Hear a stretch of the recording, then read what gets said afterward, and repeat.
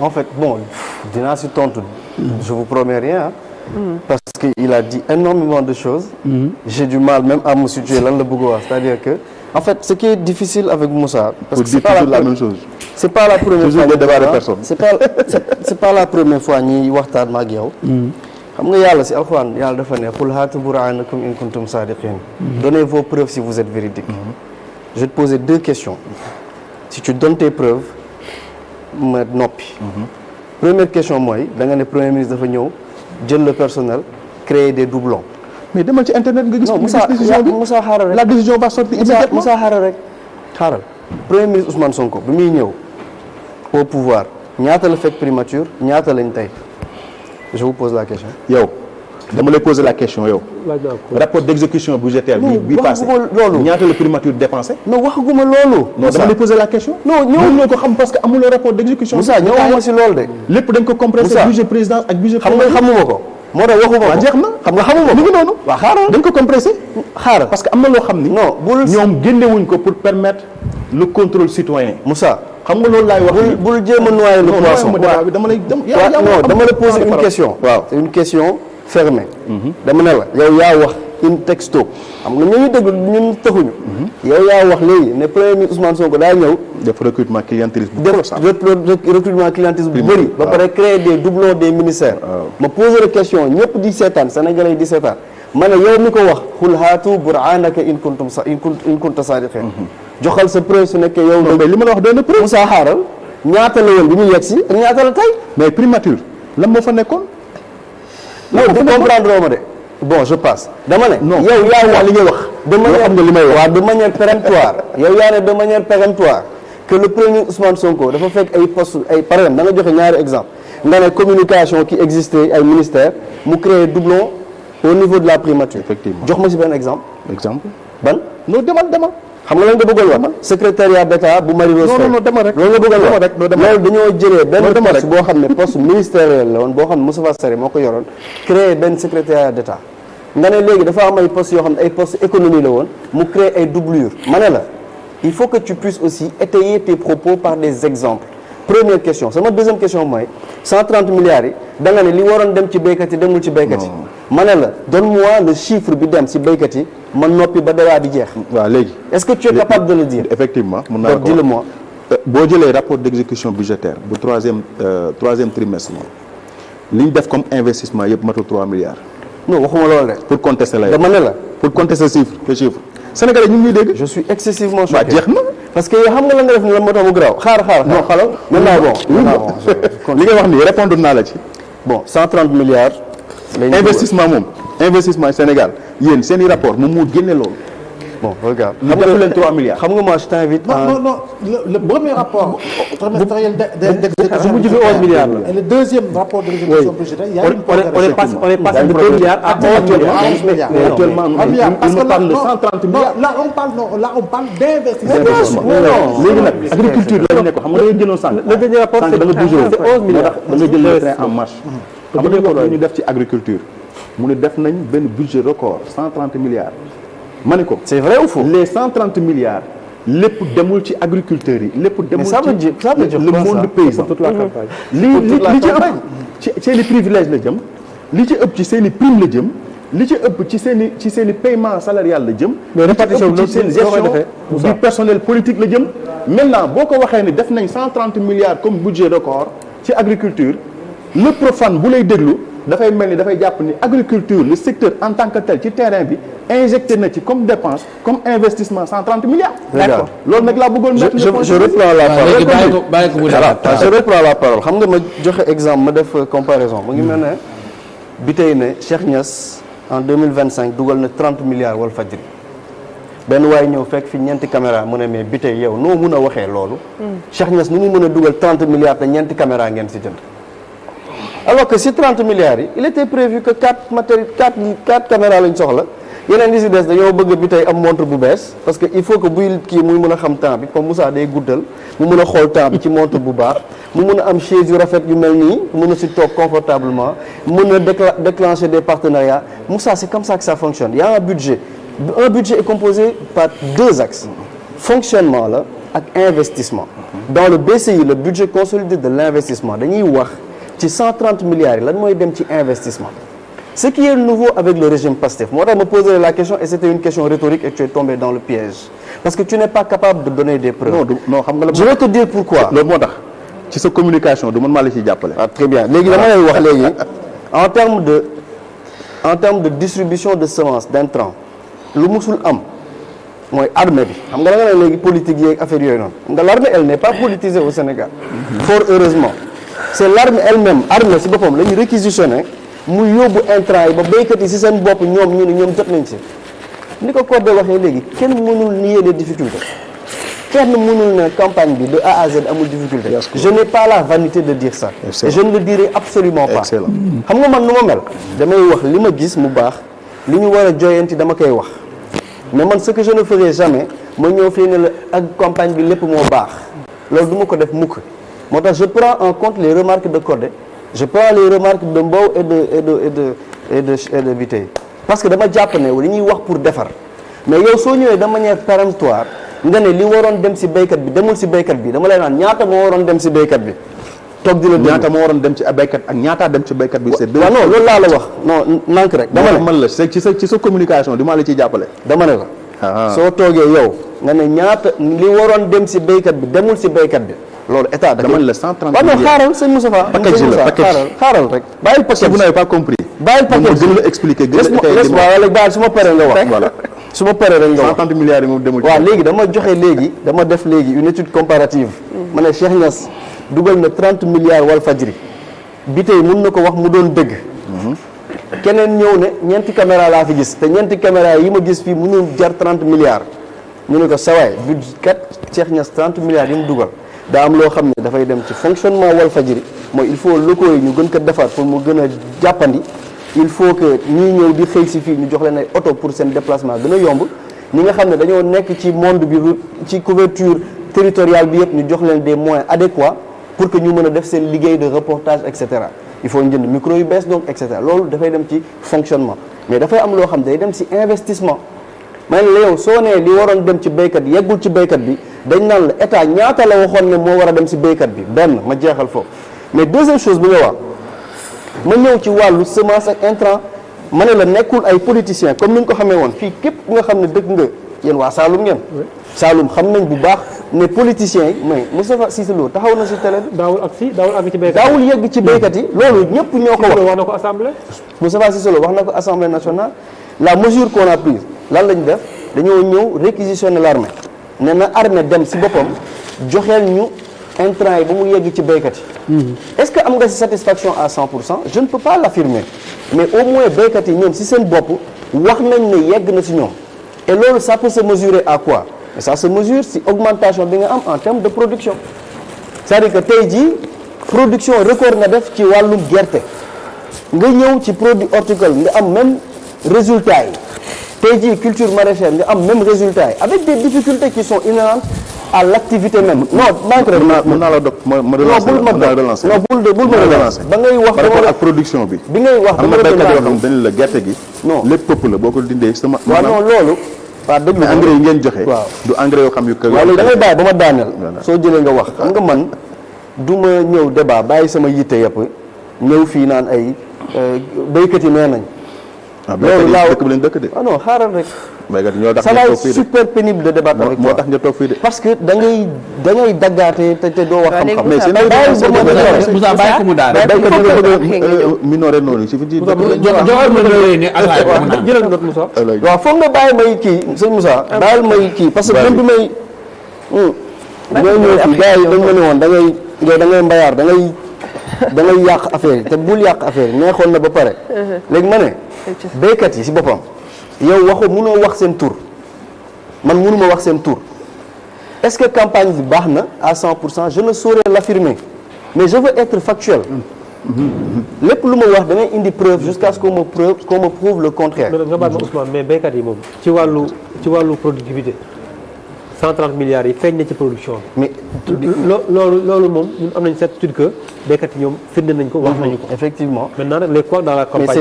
mais c'est ça c'est-à-dire que loolu rek la moo si kii c'était état aussi moo tax ma ne man je n'ai pas la vanité de croire que dëkk bi mën nga ko en 2 ans régler tous les problèmes structurels yi dëkk bi am avant ay politiciens ñoo doon ñëw jël semence yi denc ko di ko commercialiser nu mu leen neexee au moins régler nañu problème boobu noonu à minima c'est-à-dire même su nekkee 30% nga ci réglé gum sax les campagnes à venir tu peux progresser ne campagne bi kat. semence bi dañ naan jox ay opérateurs. bien sûr ay très souvent des hommes d'affaires. ngay bien jox sûr après ñoom ñu dem jaayaat béykat yi. effectivement cette fois-ci l'état a décidé. effectivement mu dindi intermédiaires yooyu. dem effectivement directement jox béykat yi. te loolu béykat yi yàgg nañ ko jooy. ça aussi c'est factuel. béykat yi yàgg nañ jooy ne ñoom. dafa bëri ay intermédiaires te su bëri ay intermédiaires day am spéculation. ngay gis benn saako boo xam ne de base 4000 la doon jar mbaw yore ko ne man damay bàyyi ba rareté am. et comme la demande ak l'offre dafay am benn hiatus bu si am lu doon jar 4000 mu dem commercialiser ko à 14000. et pour la plupart c'était pas des paysans ah. c'était pas des paysans c'était des intermédiaires des hommes d'affaires qui ñoo doon dugg si diggante bi. beneen pour être factuel sànq dafa wax ne wàllu mécanisation gisul dara lu ñu si def. donc en fait parfois aussi il faut pas être abrupt. Le 23 mai passé, le secrétaire d'État Alpha Ba, il était à Kédougou, à Matam et à Tamba, dans le cadre du programme d'appui au développement rural, pas d'ailleurs, où il donnait des tracteurs, où il donnait des accessoires béykati. Est-ce que doyna? La réponse est non, parce que le besoin est important, mais au moins des efforts considérables sont en train d'être faits. Man li may d'accord mooy nga ne yéen a ngi def mais doyul gën leen góorgóorlu gën leen gaawal tànk yi man loolu da mën naa ci d'accord mais da ngay jël nit ki soo koy juger da nga koy juger en fonction du retard bi nga xam ne accusé na ko dawkat course boo xam ne dafa am cheville bi dafa am problème est-ce que mën nga ko comparer ak koo xam ne dafa wér peng amul benn blessure mënul ni bokk foofu ngeen di wooye góorgóorlu en tant que opposant mooy que vous soyez factuel et que surtout que tu te dises que par exemple le secrétaire d'État Alpha Ba il va pas depuis 2 ans il va pas ne rien faire quoi c'est même saugrenu de réfléchir ainsi il a fait des choses est-ce que léegi lu mu def doy na la réponse est non beneen affaire mooy ci wàllu Sonacos mu ne waaw Sonacos état bu fi ñëw def na si dara et cetera oui état bu si ñëw def na si mais est-ce que la santé financière de la boîte a été préservée Sonacos 2020-2023 je crois état mu ngi si def plus de 140 milliards 140,2 milliards avec des pertes considérables 33 milliards de pertes nga xam ne la structure au lieu mu am ay actifs la structure était en train de cumuler les passifs état di gën a injecter de l'argent muy gën a am des difficultés mais li nga ñu mën a reconnaître mooy bi ñu ñëwee on a appelé à benn conseil interministériel ministre bi concerné yëpp ñëw toog ñu ñëw réfléchir sur la question lan la loolu jur mooy que aujourd'hui la structure est en train d'être redressée aujourd'hui ça compte plus de 2300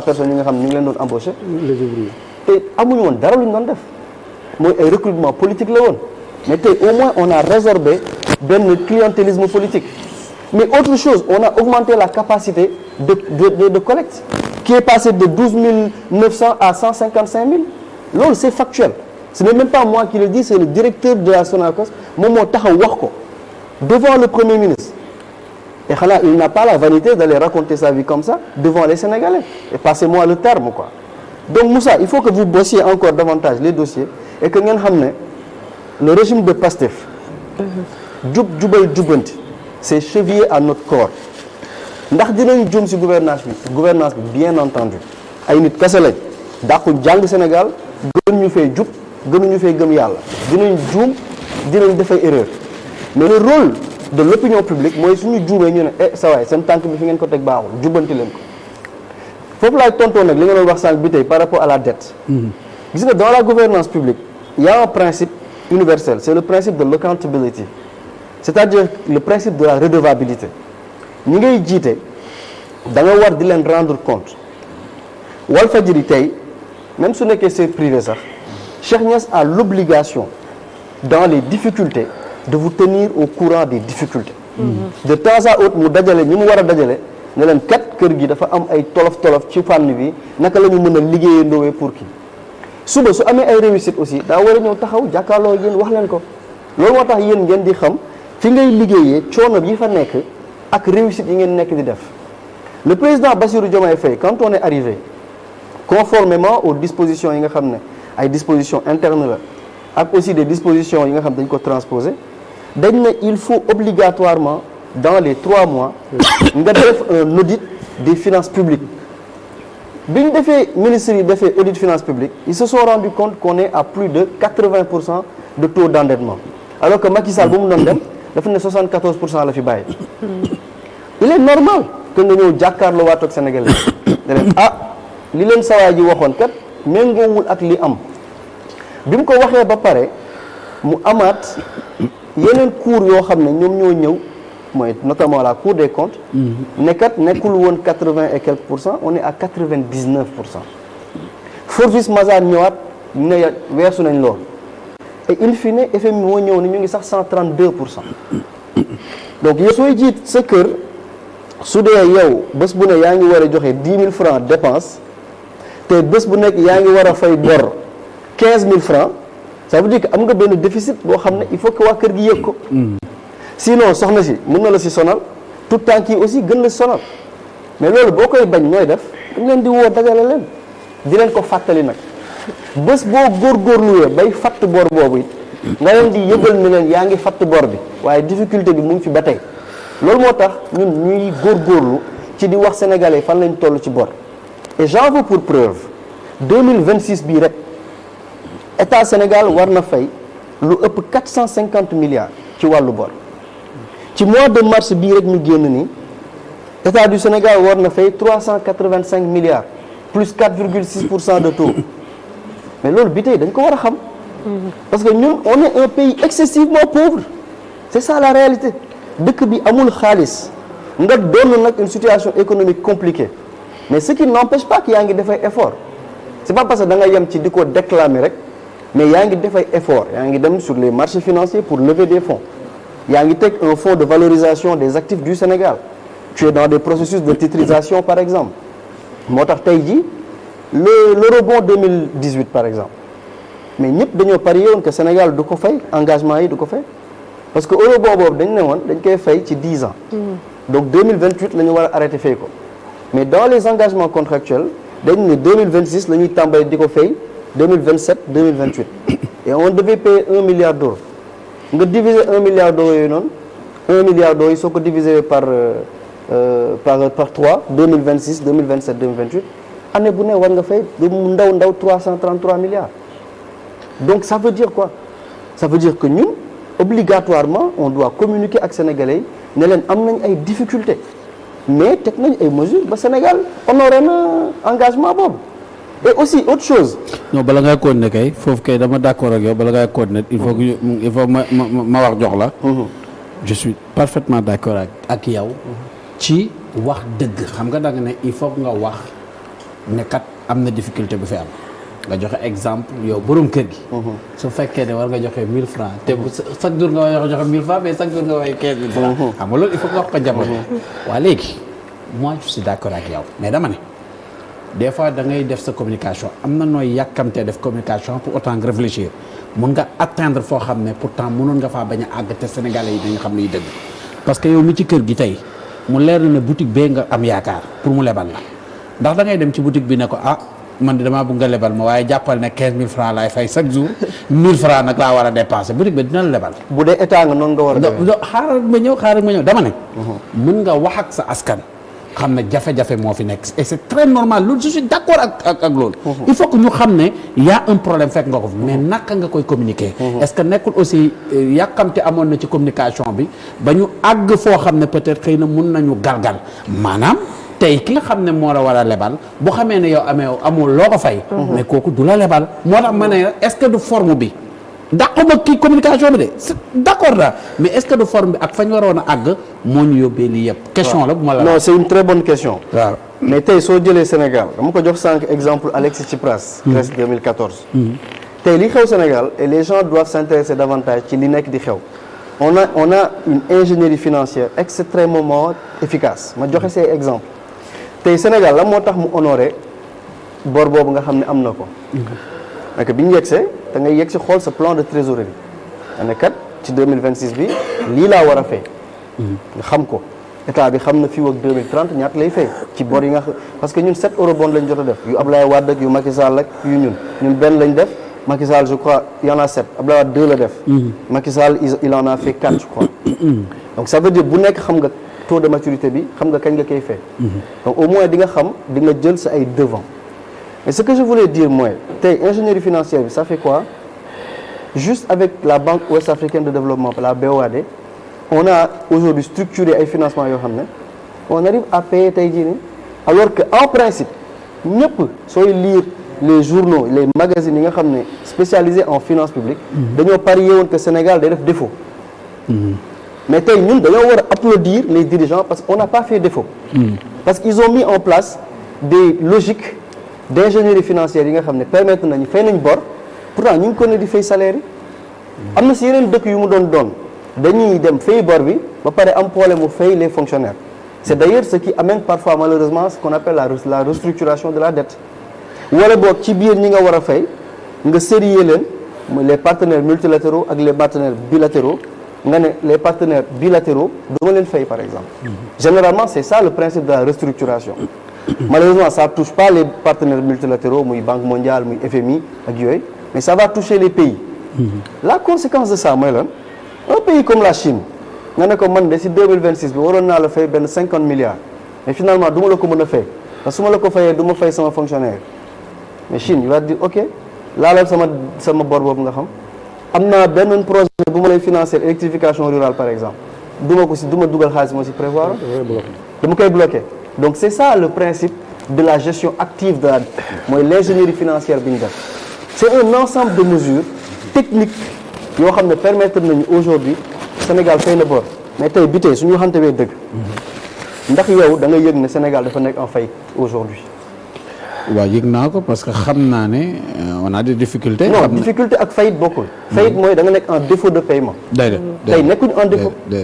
tey Sénégal les engagements yu mu amoon au niveau international Sénégal mu ngi koy assuré. mooy que les 385 milliards yu ma wax léegi plus les 4,6% Sénégal fay na ko. ça n'empêche pas qu'aujourd'hui Sénégal dafa yokk courant yokkuñu courant bi. est-ce que dañoo yokk carburant bi yokkuñu carburant bi. loolu moom mooy l'ingénierie financière bi gars yi def. te loolu il faut féliciter les ministres et le premier ministre et le président de la République. doo yem ci féliciter leen sax da nga yem ci ñaanal leen. waaw très bien non da nga leen di féliciter ba pare ñaax leen ba pare ñaanal leen. parce que lu ñu def pakoti moo doon naan waaw góor taxul góor doon góor. waaye tax na góor yokk jom. donc ça veut dire tey jii nii nga féliciter leen ñaanal leen ñaax leen dina tax 2027 2028 ñu gën a def ay efforts. man en fait c'est là où je veux qu'on élève un peu le niveau du débat et qu'on soit un peu plus technique. Et qu'on soit un peu plus factuel et qu'on soit un peu moins prompt à dire des choses qu'on n'arrive pas à vérifier. D'accord. Bon. Oui, effectivement. Et je pense que sur le problème de la dette, parce que quand même, nous